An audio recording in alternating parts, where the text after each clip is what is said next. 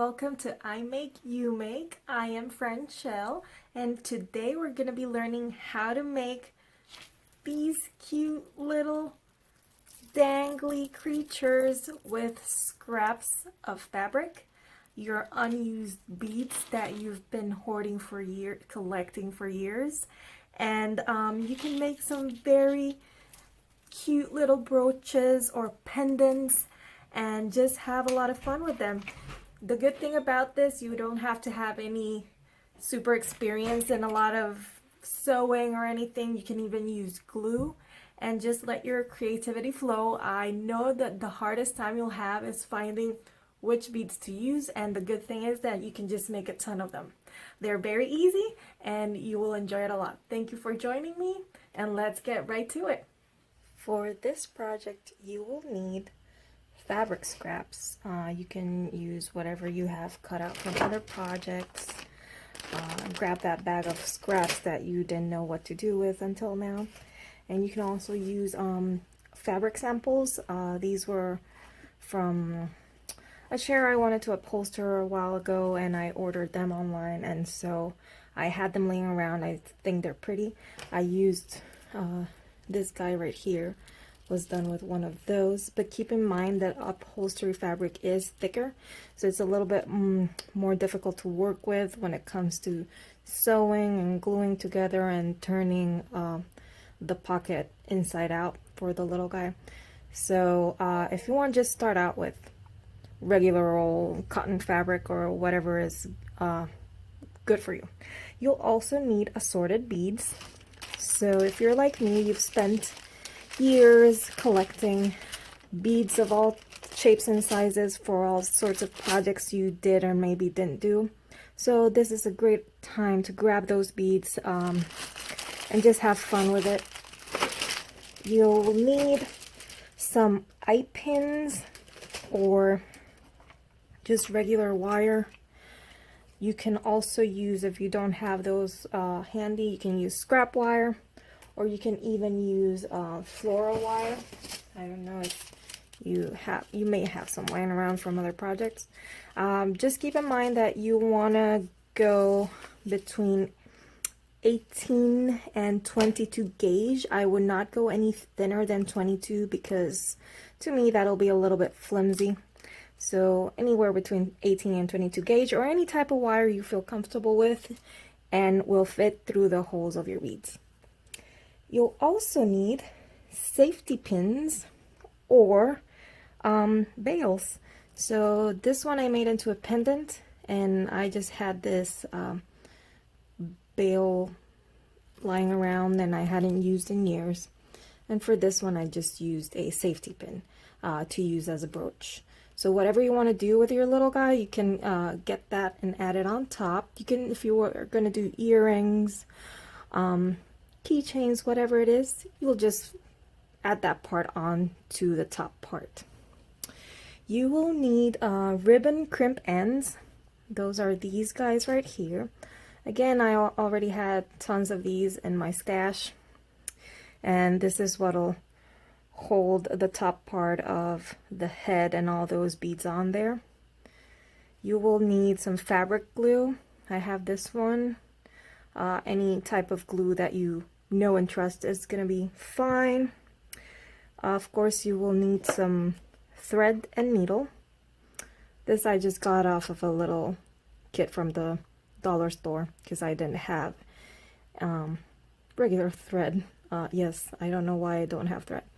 But yeah, you're not gonna need a whole bunch of it, so this little spool is fine.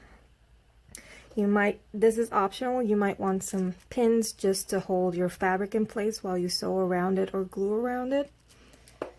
You might want a ruler if you're one of those people that likes to measure everything they're cutting.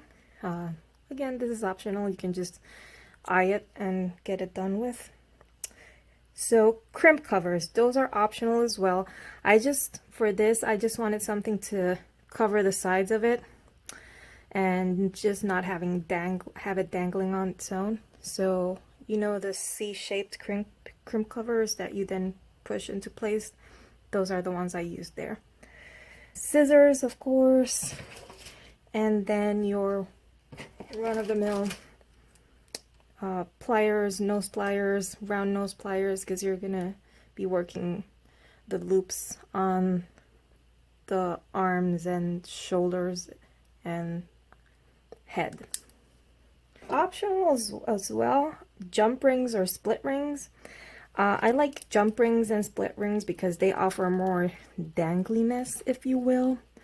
You can just do what I did here and attach the hand to the arm with just the loop, and here you attach the head to the bottom part with the split ring, with a jump ring, sorry. So whatever works for you, whatever you like. If you don't have any, you can Google how to make them. You just wrap around the wire around the stick and then cut them, or just don't use any, that's fine. And if you want to make your own shapes for the body of the little guy, you can use just a scrap of cardboard or recycled.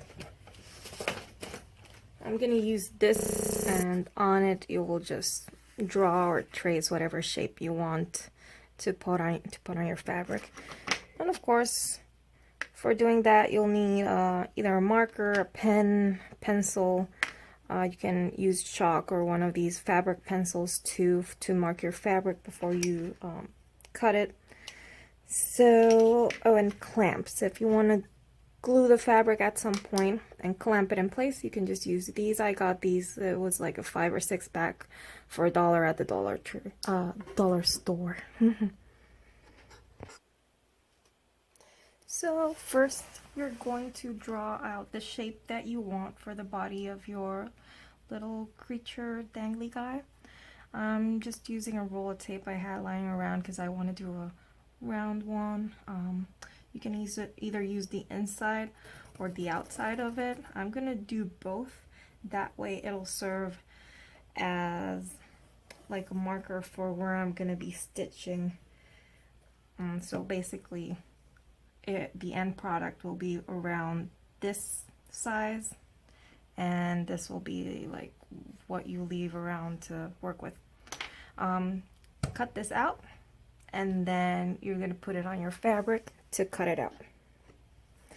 Once you cut out the shape you want to use, just take your fabric, scrap or piece of fabric that you're going to be using, and choose the area you'd like to work with. I'll just put this around here, and you can use marker, chalk, or just fabric type pencil or whatever you have at hand. That's not working very well, so let's use this. And then you'll just mark it around. It doesn't really matter if it shows on your fabric like this marker, because all of that fabric will be inside your little monster. Or I keep calling them monsters. They're not monsters. They're just little creatures. So there, I marked it where I want it. I'm just going to cut that out twice so that I can then sew it together and make both sides.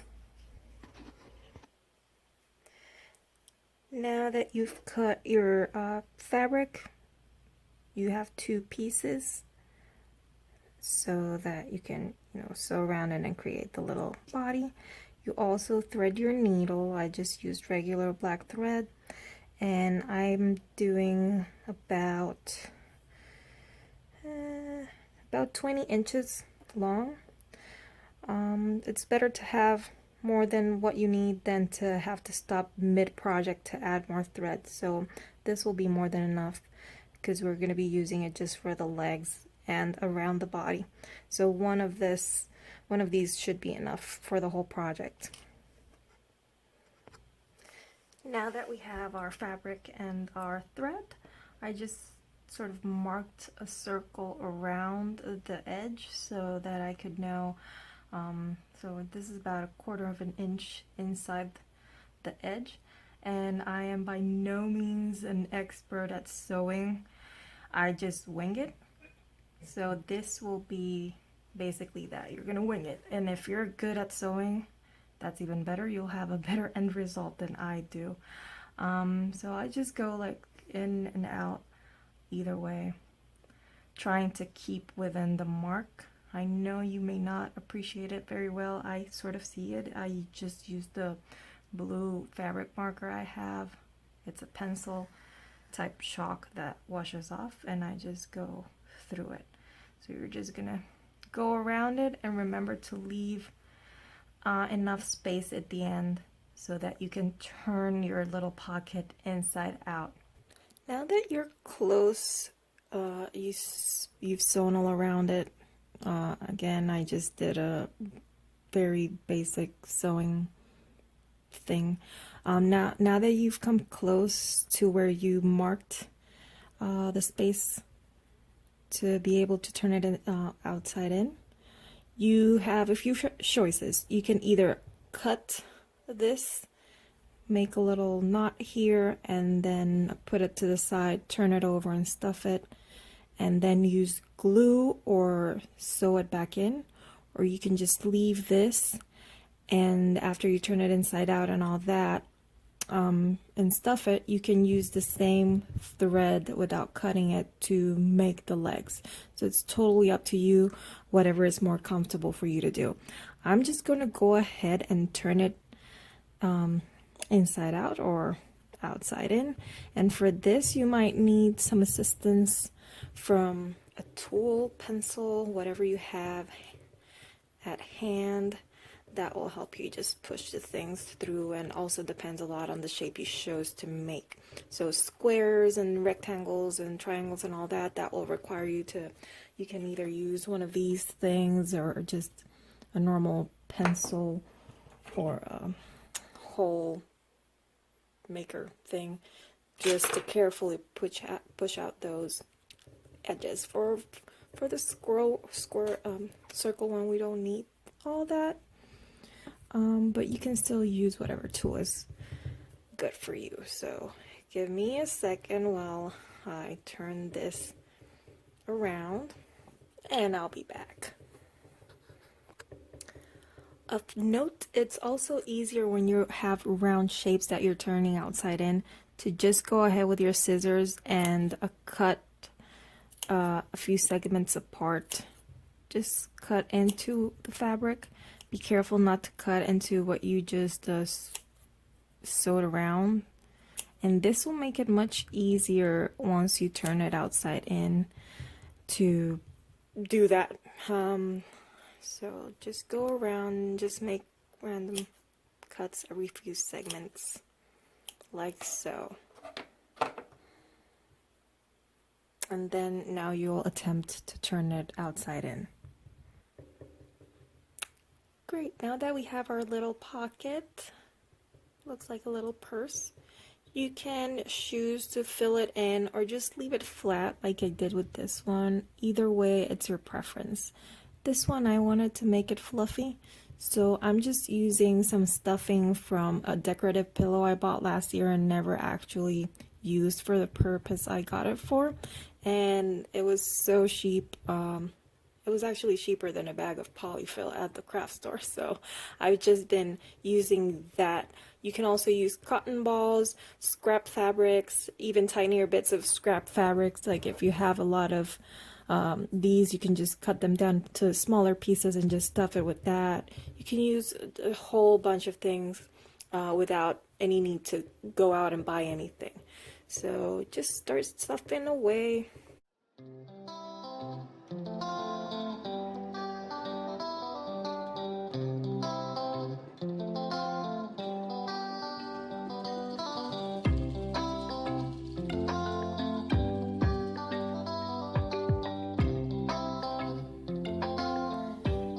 With the same principle as before, I'm just gonna make some cuts here before I fold this in, so it's a little bit easier for it to take the round shape.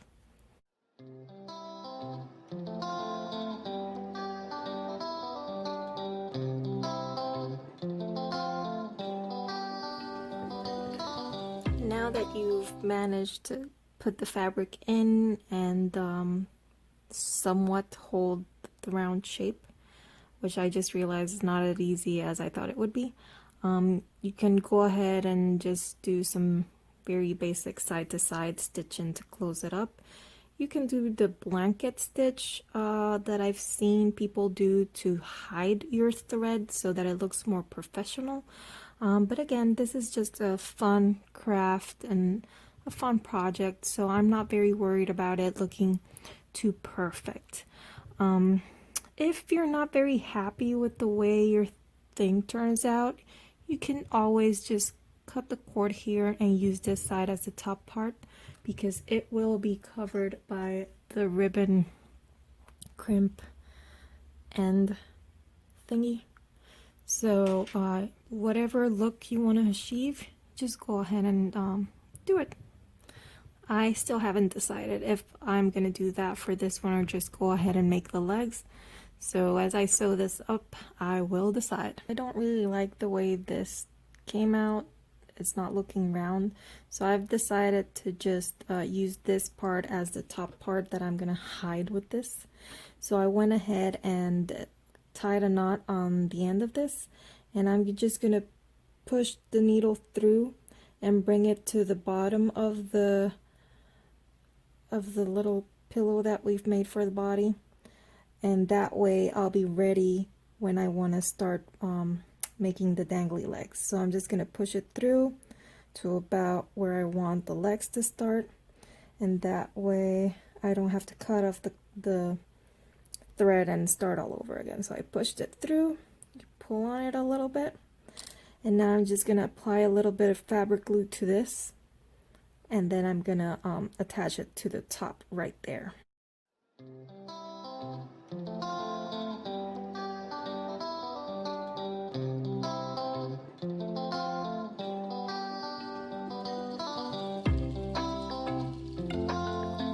And now comes the fun part. Now that you have the body, you get to choose what beads you're going to use for the dangly legs, the dangly arms, and the head area. So take out those stashes of mismatched beads. I also have this is like old jewelry people give me that they find because they're broken or mismatched or whatever, and you always find cute pieces that you would never think would come from there. And just go through all your bead stash. Again, it's not hoarding, it's collecting. Go through your bead stash and find whatever you want to coordinate with this. I just noticed that this is not black, it's actually navy blue. So you can just highlight whichever colors are in your fabric, or just go crazy and add whatever color you want. Like, who said it had to match? So once you decide the color palette you're going to go with, go through your beads and pick out the ones you want to use. Yay! Okay, so I've gone through my stash and I have selected the beads that I find more interesting for like the head part, and some of the other ones I would like to use for the extremities. I think I want to just bring out the bright colors, so I want to add some red into that, since it's yellow, black, navy blue, and white. I want to add a pop of color. And I also found these that I had. I bought a bunch of little strands like these when AC Moore was closing here in Richmond, so I haven't had a chance to use these yet, so I'm very excited about it. Look at this. For instance, this part right here where it has the bead cap and the bead under, does that not look already like a little face with a hat? That's just adorable. So there are so many things you can do. I also have a ton of these skull thingies, which I used one of them in our little friend here. The only thing I don't like about beads that already have one side of the bead as a face is that since you're hanging it on a wire, it'll just go around on its own and it'll do a carry. And well, it is a skull, so you doubly don't want to scare people, but that's totally up to you. It's still fun, and you can go abstract with just a simple bead. So now, oh, I did find this as well in my little stash of mismatched broken jewelry. So this can be used this way, that way. I just I don't know about you guys, but for me, the hardest part is choosing the creative thing, the colors and all that. So with so many options, I bet you're having the same issue. I'm just gonna take a while, pause the video, and just really focus on what I want. One thing to keep in mind, apart from a bigger bead for the head, you can also use a flat bead or something that resembles a hat. Anything like that is fun. And just remember that for the legs, you can use whatever you want, but I try to choose like a different sizes so that you have like what resembles feet or shoes and little hands. And so to not make it all the same size. So choose big and small beads that you can just distribute throughout their extremities, and that'll just look even more interesting on your final piece. So give me a few minutes and I'll make the hardest decision about which beads to choose for our project right now. Okay, so I finally selected the beads I want to use, and it's always a good idea, even though I'm not using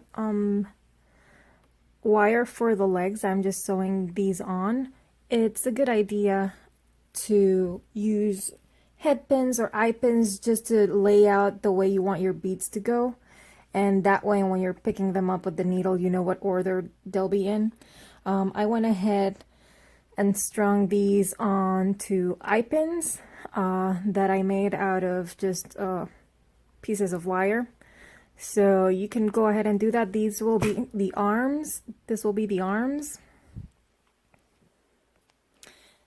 And I decided I'm going to use these little jingle bells like I did with this one, just because they look so cute, and I love when things dangle and, you know, make cool sounds. So I'm going to use those. I'm just going to attach those to the bottom of these. So let's go right ahead and start making the legs. So remember, we already strung this to the bottom. So I'm gonna go ahead and I did with these, what I did was, so that they would stay, I strung 3 beads at the end, and then I just went back through the last bead that I had put in before those beads. That way you just hold something on there and you double your thread, making these a little bit less flimsy, you know, it'll make them stronger. So that's what we're going to do. So I'm just gonna add a few of these very normal seed beads that I have a bunch of. I'm gonna go ahead and add 3 at the end here, so that this part, since it has such a big hole, so that it doesn't go down with just one seed bead, it doesn't fall off. So I'm gonna start with the one closest to here, as this layout I made out suggests. So I'm gonna start with the clear one. Okay, so I'm going to start beading in the opposite order. So this is how the leg will hang. So I'm gonna start with the one closest to the body. So I'm working my way down.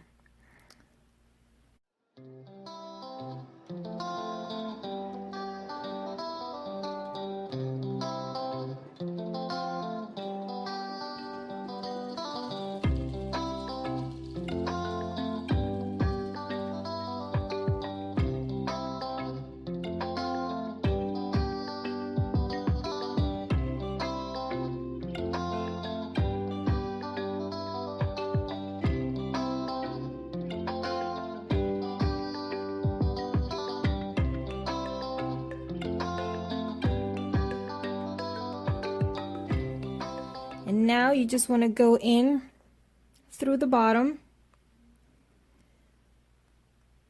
and just bring it out wherever the next part is that you want the other leg to hang from. So I'm just eyeing it. So I'm gonna have it come down here. There we go. And I don't like it to be too stiff because then it doesn't dangle well. So try not to pull too much. And now we're gonna do the same thing with the other leg.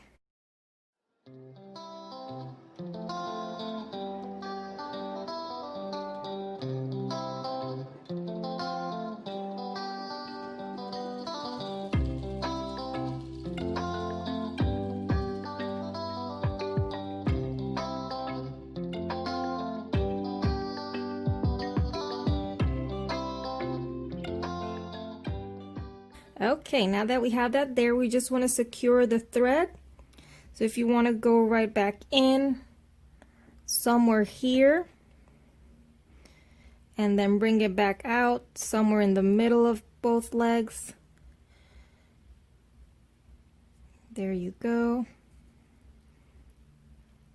And now you can do like a last sort of stitch. So you can just bring it in, bring it out,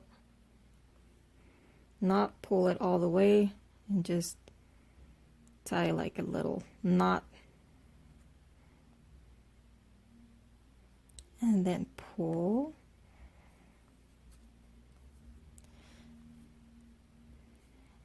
And when you see that it doesn't pull very well, just go in and individually separate these and just pull individually, because it might be just one or the other that didn't go through very well.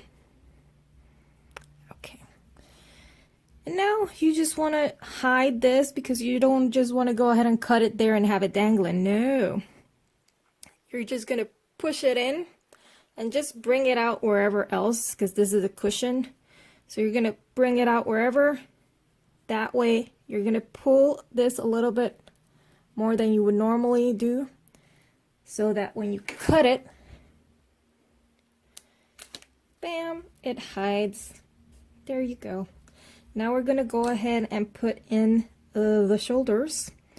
This step you could have done before you put this on, and that way this piece here would have also secured the shoulders.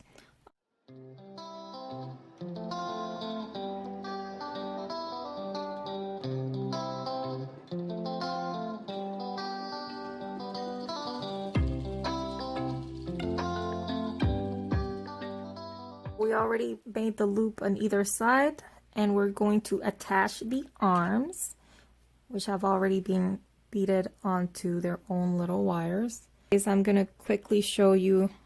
I usually do this off camera because I'm assuming that you already know this, and just to keep the video shorter, but let's just go ahead and make a quick loop. So I have something, I don't know, my OCD doesn't let me do both loops facing the same side, like open.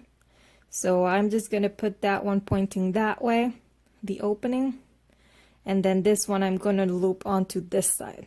Again, that's just my preference. I don't know why, but that's how I like it. So you're just gonna grab with your round nose pliers. I just go right to the very tip, bend as close as you can to the last bead without breaking it. Some glass beads do break easily when you're doing this, so be careful. And then I just go ahead and slide my cutting part, or if you have separate wire cutters, you can use those now. And I get as close to my finger as I can. Careful not to cut yourself, because I find that that's usually a good length. Cut. Watch for your eyes. If you want to use goggles or protective eyewear, you may do so as well, because some of these have a mind of their own. They come out flying. Then you're going to grab however big you want your loop. So the closest you are to the tip, the smaller the loop will be. The further you are from the tip, the bigger you want it. So you're just going to measure approximately like with your previously made loop. And you're going to approximately put your pliers there. Grab it. You want to make sure that there's no wire hanging out from here, because then it just sort of does a different kind of loop that doesn't really close. So just make sure there's nothing back there. And then you're going to twist your wrist. Twist your wrist up until the point where you can. Then you replace, twist again. And you're going to do this as many times as it takes. You don't want to break your arm twisting, okay? And then when you've got it where you want it, you're just going to make sure to close it. So bring it together. And if you bent it in the process, that's okay. It's wire. You can just go in and straighten it out. Then another quirk or whatever thing I have is that I need both my loops to be flat usually. So I just go in and do this and make them flat. So there we have it. So now we're just going to open our newly made loop by pulling our way, attach it to the shoulders or the other wire that we put in there, close it, and that's one of our arms. And then we're gonna just go ahead, do the same with this one.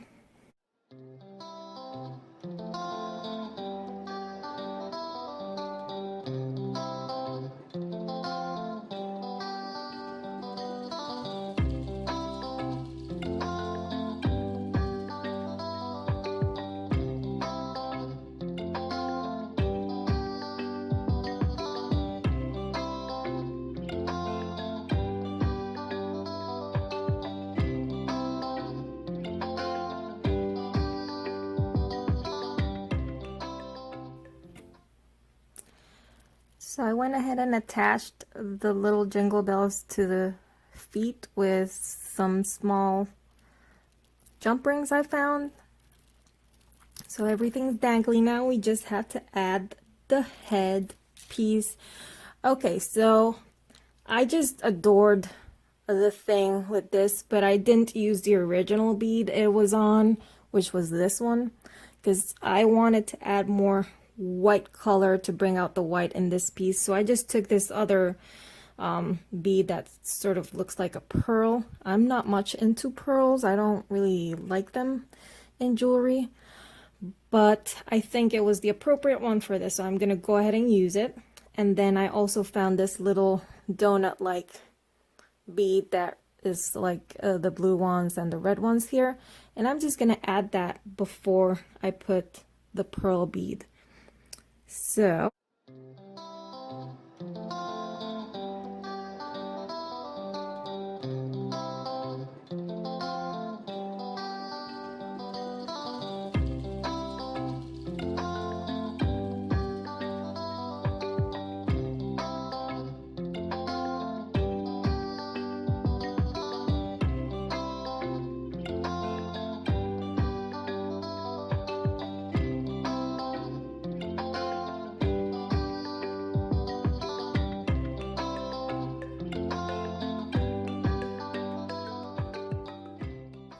and now it's your choice if you want to add a pin to it so that you can use it on your shirt, on your clothing as a brooch. You can, I'm going to go ahead and add this bail that I've had for years. Again, so many things I've had for so long and haven't used. So this, for the millionth time, is the perfect project to use up all those little things you haven't had the chance to.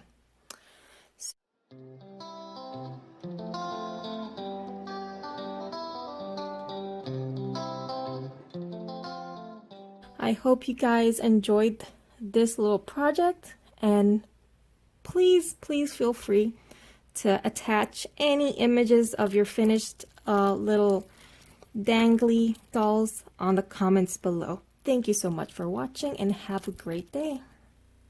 I wanted to go ahead and see what a triangle body would look like for another little creature. So I went ahead and traced sort of like a triangle shape on the same piece of cardboard we used for the circle one.